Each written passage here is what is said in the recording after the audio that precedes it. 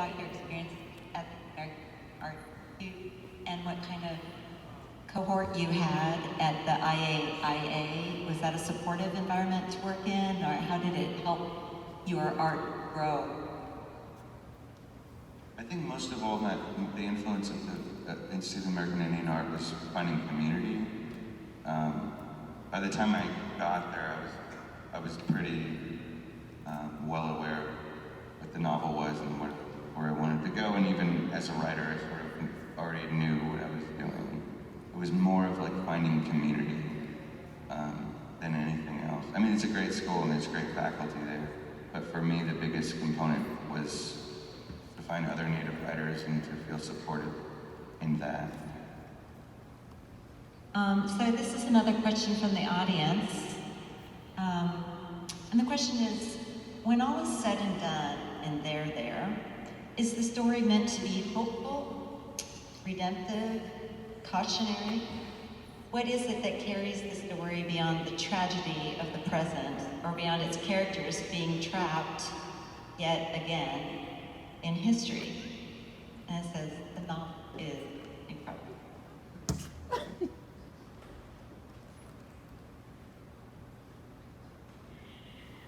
I tried to infuse hope, even though I understood from the very outset that it was going to be a tragic story.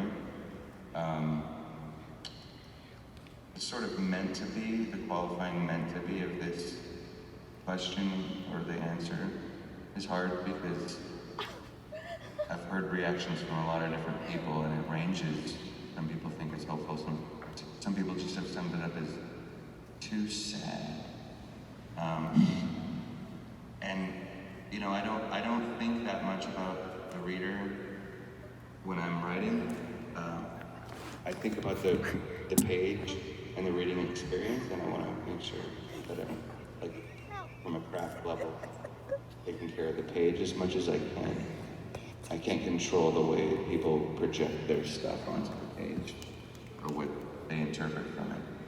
What I do know is a lot of Native people seem to get a lot of hope from it, and there's an exuberant response from Native people. From non-Native people, it tends to be dark and sad, and a lot of things that are dismissive, that it's speaking more to their personal experience in life than it is to the actual text.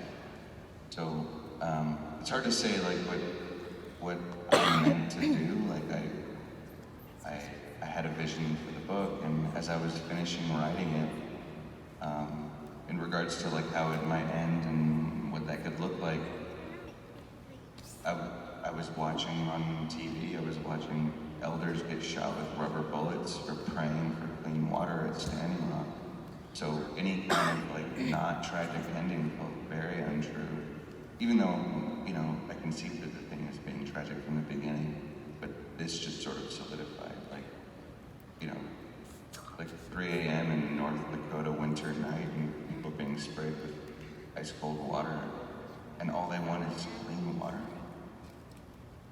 It's insane. What happened? And so What we happened? write a book that has some kind of like When you were taking me, nice I message felt like of I was hope in gonna that fall. context. Didn't feel But true I at could have all. fallen. You were nowhere near falling. Actually, I was not correct. And you were pushing me, which could have made my foot bleed. So I think this will be our last. Do you think maybe you're dramatic? No, Also she- comes from the my foot audience. felt hurt. Inspired.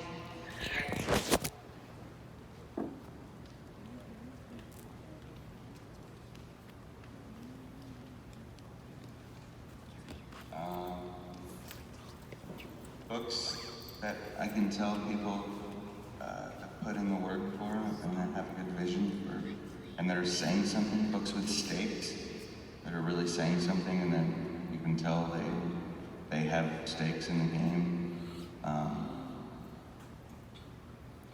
Being able to actually support my family financially and have a career.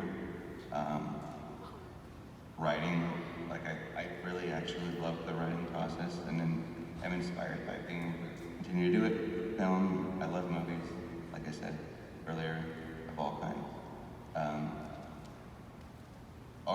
in general, and I believe that art can change people and inspire people, and it has for me, and I believe in art, and a little naive when the world's burning down, believe in something so abstract, you know, but I believe in what art can do, and though other art forms inspire me.